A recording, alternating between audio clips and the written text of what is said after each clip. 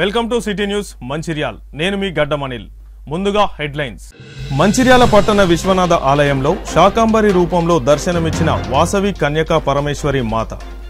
వైశాఖ పౌర్ణమి పర్వదినాన వాసవి మాతను పండ్లు కూరగాయలతో అలంకరించి పూజించిన భక్తులు.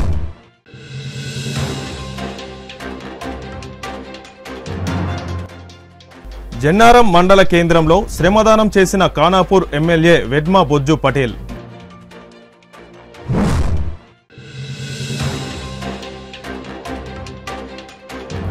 ఈ నెల 20న నిర్వహించే దేశవ్యాప్త సార్వత్రిక సమ్మెను విజయవంతం చేయాలని పిలుపునిచ్చిన సింగరేణి కార్మిక సంఘాల జేఏసీ.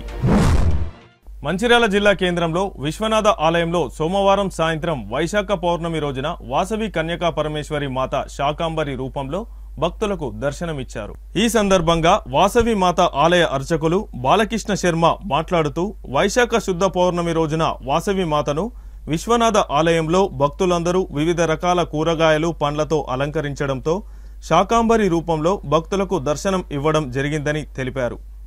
పట్టణంలోని భక్తులందరూ వివిధ రకాల కూరగాయలు పండ్లతో వాసవి మాతను అలంకరించడం జరిగిందని, అలాగే భక్తి శ్రద్ధలతో పూజలు నిర్వహించి తీర్థ ప్రసాదాలు తీసుకోవడం జరిగిందని తెలిపారు. ఈ కార్యక్రమంలో మాజీ ఎమ్మెల్యే నడిపెల్లి దివాకర్ రావు, ఆలయ కమిటీ ఈవో ముక్త రవి, ఆలయ అర్చకులు, భక్తులు తదితరులు పాల్గొన్నారు.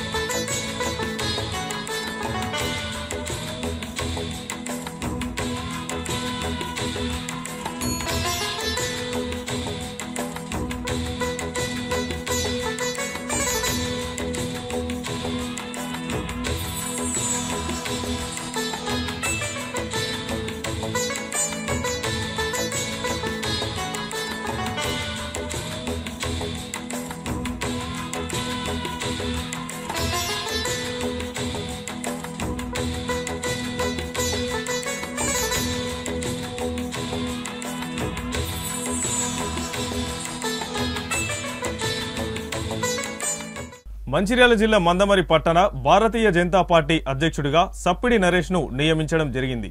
ఈ సందర్భంగా మందమరి పట్టణంలో ఏర్పాటు చేసిన విలేకరుల సమావేశంలో నూతన బీజేపీ పట్టణ అధ్యక్షుడు సప్పిడి నరేష్ తో పాటు సీనియర్ నాయకులు సంజీవరావు మాట్లాడారు.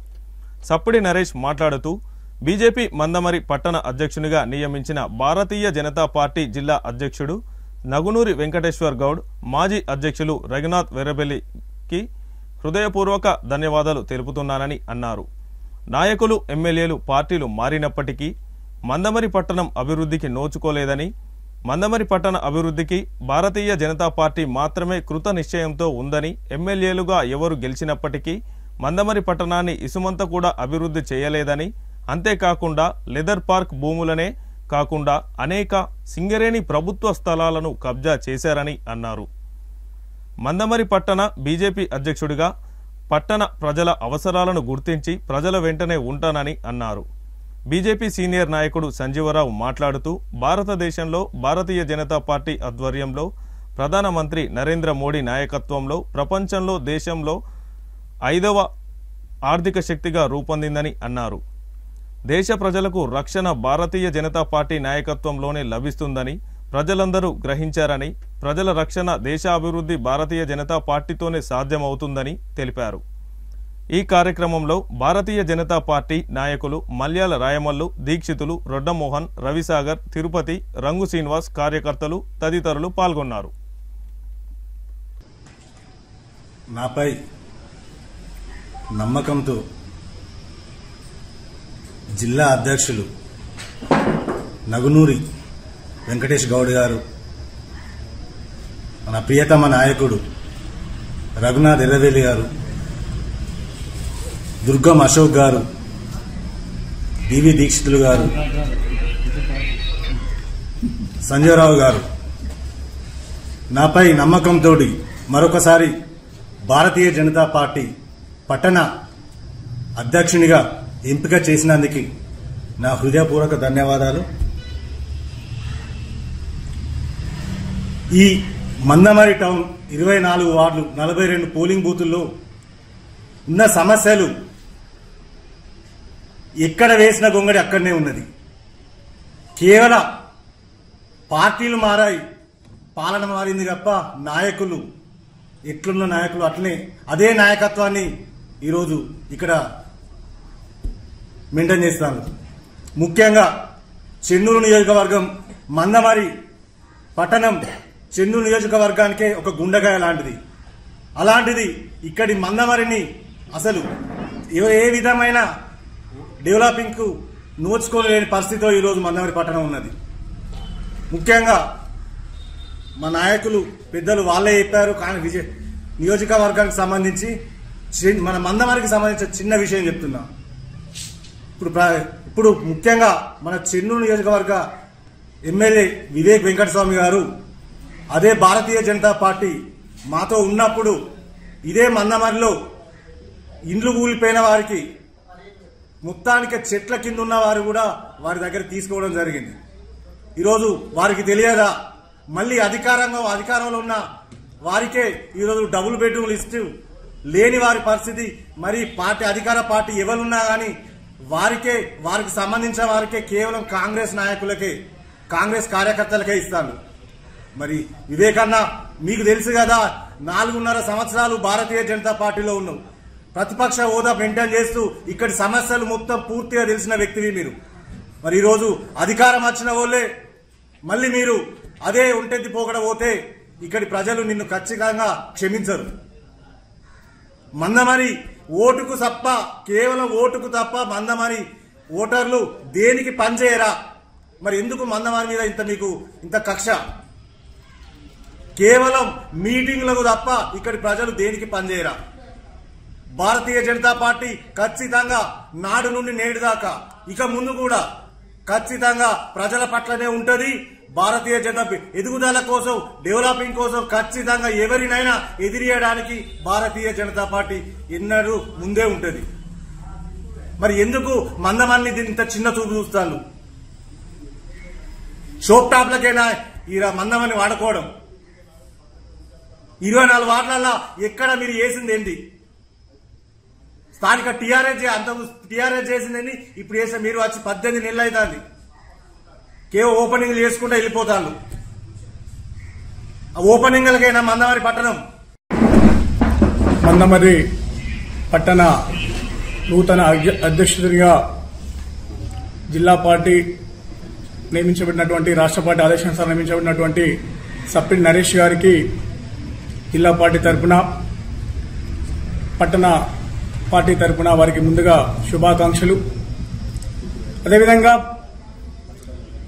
ఈ దేశం ఈరోజు నరేంద్ర మోడీ గారి పరిపాలన గత 10 సంవత్సరాల నుంచి చూస్తూ ఉంది. నిజంగా అసలు నరేంద్ర మోడీ గారు అంటూ అనేవారు లేకపోతే ఈ ప్రజల పరిస్థితి ఏంది, ఈ దేశ పరిస్థితి ఏందని చర్చించుకునే స్థాయికి 10 సంవత్సరాల్లో వారి పరిపాలన చూసి చర్చించుకునే స్థాయికి వచ్చింది. ఇలా ఏ గల్లీకి వెళ్ళినా, ఏ పట్టణానికి వెళ్ళినా, ఎక్కడికి వెళ్ళినా అసలు మనకు మోడీ గారు లేకపోతే మన పరిస్థితి ఏందని ఆలోచన చేస్తూ ఉన్నారు.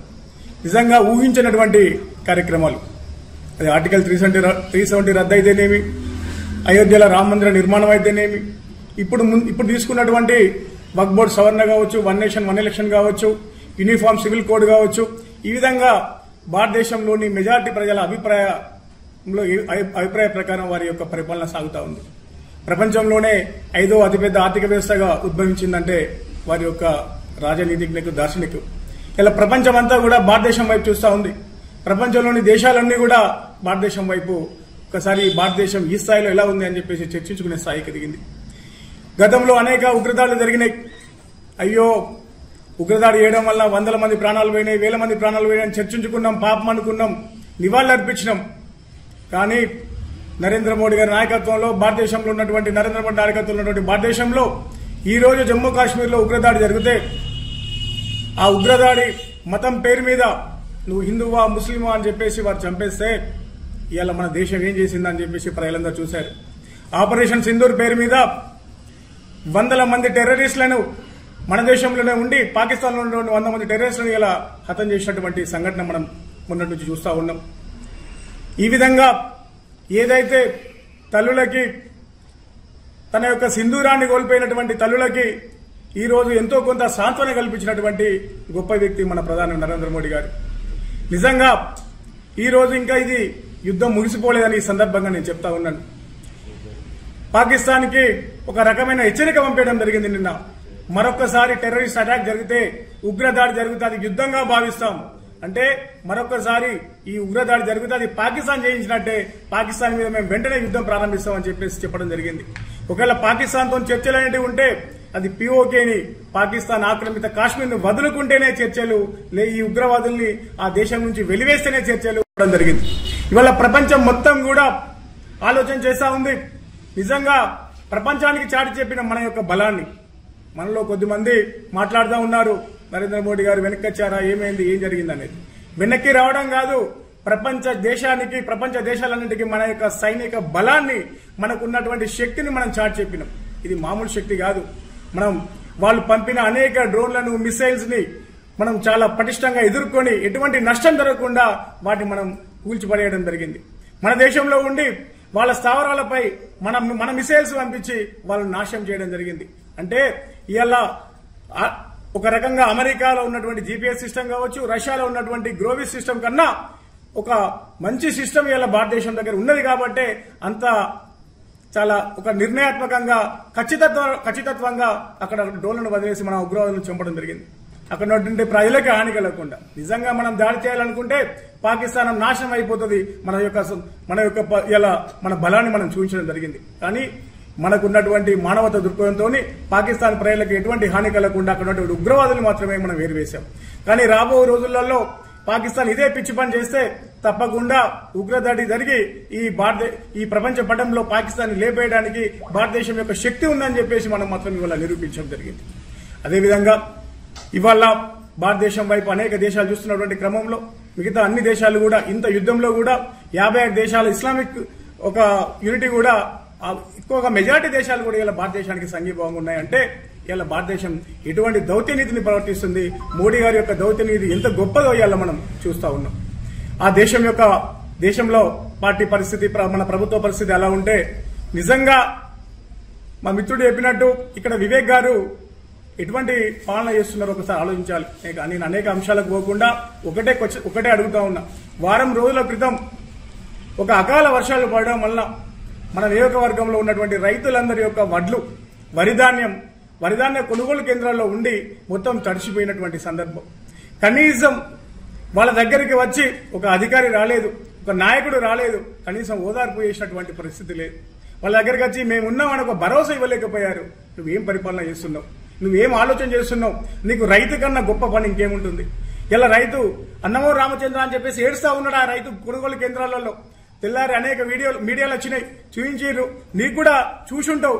మరి ఈ మన్నమరి మండలంలో కావచ్చు, చెన్నూరులో కావచ్చు, అనేక మండలాల్లో జరిగినటువంటి నష్టాన్ని నువ్వు చూసినావు. మరి కనీసం నువ్వు రైతు దగ్గరికి వచ్చి ఎందుకు మాట్లాడలేకపోయినావు, ఎందుకు వాళ్ళకు భరోసా వేయలేకపోయినావు అని మేము అడుగుతా ఉన్నాం. పార్టీ తరఫున, భారతీయ జనతా పార్టీ తరఫున మేము డిమాండ్ చేస్తా ఉన్నాం, ఇప్పటికైనా కళ్ళు తెరిచి మంచిర్యాల జిల్లా జన్నారం మండల కేంద్రంలో కాంగ్రెస్ పార్టీ ఆధ్వర్యంలో జై భీమ్, జై బాపు, జై సంవిధాన్ కార్యక్రమంలో భాగంగా మంగళవారం అంగడి బజార్ నుండి బస్టాండ్ వరకు శ్రమదానం చేసిన ఖానాపూర్ ఎమ్మెల్యే వెడ్మ బొజ్జు పటేల్, జీసీసీ రాష్ట్ర చైర్మన్ కోట్నా తిరుపతి, రాష్ట్ర ట్రైకాన్ చైర్మన్ బెల్లయ్య నాయక్ తదితరులు పాల్గొన్నారు.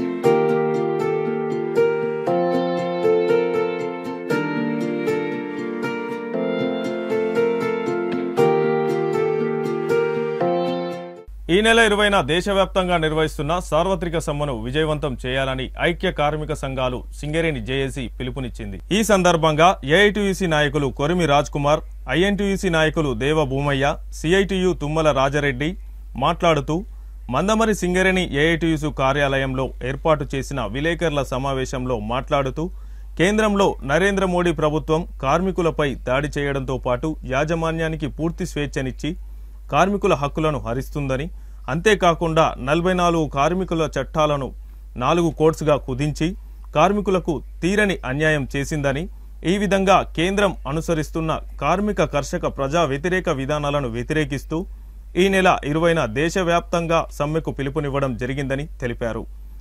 ఈ సమ్మెలో కార్మిక సంఘాలు, కార్మిక వ్యాపార సంస్థలు, ప్రజలు పాల్గొని ప్రభుత్వానికి కళ్లు తెరిపించేలా సమ్మెను విజయవంతం చేయాలని కోరారు. ఈ కార్యక్రమంలో ఏఐటీయూసీ, సిఐటియు, ఎస్ఐటియు, ఎఫ్ఐటియు, ఐఎన్టీయూసీ కార్మిక సంఘాలు నాయకులు కొరిమి రాజ్ కుమార్, దేవి భూమయ్య, తుమ్మల రాజిరెడ్డి తదితరులు పాల్గొన్నారు. ఒక్కరోజు మే 20 తారీఖు టోకెన్ సమ్మె జరుగుతా ఉంది. ఇప్పటికే అన్ని గేట్ మీటింగ్లు, ప్రెస్ మీట్లు జరుగుతా ఉంది. అన్ని కార్మిక సంఘ నాయకులు, ముఖ్యంగా ఏఐటీయూసీ, ఐఎన్టీయూసీ, సిఐటియు, అదేవిధంగా టీబీజీకేసీ, ఐఎఫ్టియు, మిగతా సంఘాలు కూడా వారి ప్రచారాలు చేస్తా ఉన్నాయి. దీని ప్రధానమైన లక్ష్యం ఒకటి ఏంటంటే, కేంద్ర ప్రభుత్వం, నరేంద్ర మోడీ ప్రభుత్వం రెండోసారి ఎన్నికల్లో గెలిచిన తర్వాత కార్మిక వర్గం మీద దాడి ఎక్కువగా ప్రారంభించి యజమానులకు పూర్తి స్వేచ్ఛ ఇచ్చి కార్మికులకు హక్కులు లేకుండా చేయడం అనేది జరుగుతూ ఉంది. దీన్ని వ్యతిరేకిస్తూ మే 20 తారీఖున సమ్మె జరగబోతా ఉంది. ఇక్కడ ఒకటి గమనించాల్సింది ఏంటంటే, ఇప్పటికే ప్రభుత్వ రంగ పరిశ్రమలన్నింటినీ ఒకవైపు ప్రైవేటు వ్యక్తులకు దారాదత్తం చేస్తూ ఇప్పుడు కార్మిక వర్గానికి ఎలాంటి హక్కులు లేకుండా ఇప్పటికే కొన్ని వాళ్ళ బీజేపీ రాష్ట్రాల్లో కరోనా సందర్భంగానే 12 గంటలు 14 గంటల పని విధానం వచ్చేసింది. అది ఏదైతే ఈ 29 చట్టాల్లో 4 కోడ్లు చేసే భాగంలో అదే. కాబట్టి మేము మా యొక్క డిమాండ్ ఏంటంటే, గట్టిగా ఈసారి భారతదేశ వ్యాప్తంగా అన్ని పరిశ్రమలో పనిచేస్తున్న ప్రభుత్వ రంగ, ప్రైవేటు, అసంఘటిత రంగం, రైతాంగం, ఎల్ఐసి, ఇన్సూరెన్స్, బ్యాంకులు అన్ని కలిపితే ఒక 50 కోట్ల మంది ఈసారి ఈ సమ్మెలో పాల్గొంటే ఈ బీజేపీ ప్రభుత్వం మళ్లీ వెనుకకు అడిగేసే అవకాశం ఉంది. ఆ విధమైన ప్రయాణం ఇలా జాతీయ కార్మిక సంఘాలు గాని, ప్రాంతీయ కార్మిక సంఘాలు చేస్తా ఉన్నాయి. అందుకే కార్మిక వర్గానికి మా తరఫున విజ్ఞప్తి ఏంటంటే ఈ సమ్మెలో ఎలాంటి అనుమానం లేకుండా మా పార్టీ చెప్పలేదు, మీ పార్టీ చెప్పలేదు, బీఎంఎస్ మినహాయించి వాళ్ళకు కూడా అప్పీల్ చేస్తా ఉన్నాం. పార్టీ వేరు, యూనియన్ వేరు, కార్మిక వర్గంలో గ్యారెంటీగా మీరు కలిసి రావాలి చివరికంటూ. కాబట్టి మే 20 తారీఖున ప్రతిష్టాత్మకంగా అన్ని కార్మిక సంఘాలు బంద్ పిలిపిస్తా ఉన్నాయి. ఆ బంద్లో సింగరేణి దేశవ్యాప్తంగా ఒకరోజు సమ్మెను దేశంలో ఉన్న అన్ని కార్మిక సంఘాలు, అన్ని రాజకీయ పార్టీలు, అన్ని ఫెడరేషన్లు, అన్ని అసోసియేషన్లు, ఆఖరికి రైతు సంఘాలతో సహా మొత్తం సమ్మె చేయబోతా ఉన్నారు. దాంట్లో సింగరేణి కార్మికులు మొత్తం కూడా ఆ సమ్మెలో భాగస్వాములై నరేంద్ర మోడీ ప్రభుత్వాన్ని వెనుకకొట్టే వరకు మనం పోరాటంలో ఉండాలని, అట్లాగే ఈ బిల్లు కనుక ఆమోదమై రేపో మాపో కార్మికుల మీద అమలు చేయడం కోసం సిద్దమవుతున్న నరేంద్ర ప్రభుత్వం ఇప్పటికే అవి అమలైతే వాళ్ళ రాష్ట్రాలలో గెలిచిన రాష్ట్రాల్లో ఇప్పటికే శాపకేంద్రాలుగా అమలు చేస్తా ఉన్నారు. ఇప్పుడు ప్రతిపక్ష పార్టీలు ఎక్కడైతే వెళ్తున్నాయో ఆ రాష్ట్రాలలో అమలు చేయడం కోసం ఎదురు చూస్తూ ఉన్నారు. ఇప్పటికే రైతులు ఉద్యమాల నుండి కొన్ని సంవత్సరాల నుంచి ఉద్యమం చేసి రైతులు నరేంద్ర ప్రభుత్వాన్ని ఒక అడుగు ఎంత గుట్టగలిగిండ్రు. అందుకే కార్మిక వర్గం కూడా ఒకటై ఖచ్చితంగా ఈ చట్టాలు మార్చే వరకు మనం పోరాటం చేయాల్సిన అవసరం ఉంది. అమలైతే కార్మికులకు ఏ హక్కులు ఉండవు, కట్టు బానిసలాగా పనిచేయాల్సి వస్తుంది. ఇప్పటికే 1886 కాంచి కొన్ని వేల మంది నాయకులు అసలు బారి అరెస్టులయ్యి ప్రాణత్యాగం చేసిన ఎన్నో వేల సమ్మెలు చేసి హక్కులు సాధించుకున్న హక్కులన్నీ కేవలం నరేంద్ర మోడీ ప్రభుత్వం బలం ఉన్నదనే పేరుతో ఇలా పారిశ్రామికవేత్తలకి హక్కులన్నీ కార్మికులు బలి చేసి మొత్తం లాభాలన్నీ పారిశ్రామికవేత్తలు దోషపెట్టడం కోసం ఇలా చట్టాలు మార్చి ఇలా కట్టు బానిసలుగా కార్మికుల్ని కార్మిక సంఘాలను చేయడం కోసం చూస్తున్నాడు. దీని అమలు కాకుండా చూడాల్సిన బాధ్యత మనది. అందుకే ఈ సమ్మెను ప్రతిష్టాత్మకంగా తీసుకొని కార్మిక వర్గం అంతా ఇవాళ ఈ సమ్మెలో ఫ్లైట్ నడిపే దగ్గర నుంచి అమ్మాలి కార్మికుల వరకు సమ్మెలు ఉంటున్నారు, రైతు సంఘాలు ఉంటున్నాయి. అందుకే మనం కూడా ఏదో కారణాలు చెప్పి డ్యూటీకి పోకుండా అందరూ కూడా మే 20వ తారీఖు నాడు సమ్మెలో భాగస్వాములై సమ్మెను విజయవంతం చేయాలని చెప్పి సిఐటిగా జిహెచ్గా కార్మిక వర్గానికి విజ్ఞప్తి చేస్తాం.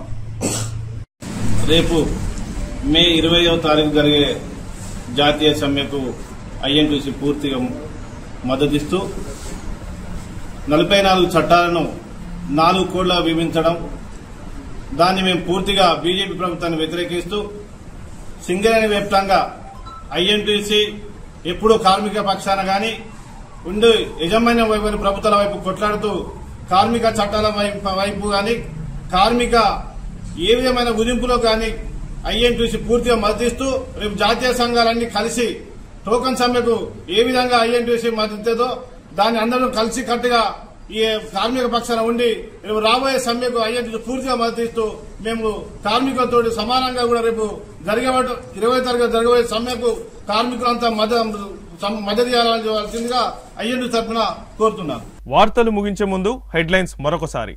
మంచిర్యాల పట్టణ విశ్వనాథ ఆలయంలో శాకంబరి రూపంలో దర్శనమిచ్చిన వాసవి కన్యకా పరమేశ్వరి మాత.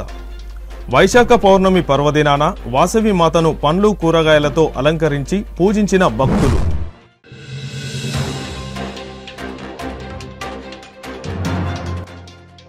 జన్నారం మండల కేంద్రంలో శ్రమదానం చేసిన ఖానాపూర్ ఎమ్మెల్యే వెడ్మా బొజ్జు పటేల్.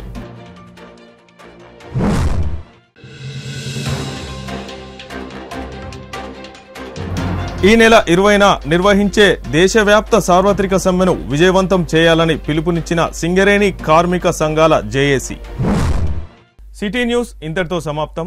తిరిగి ప్రసారమయ్యే సిటీ న్యూస్లో మళ్ళీ కలుసుకుందాం. అంతవరకు సెలవు. నమస్కారం.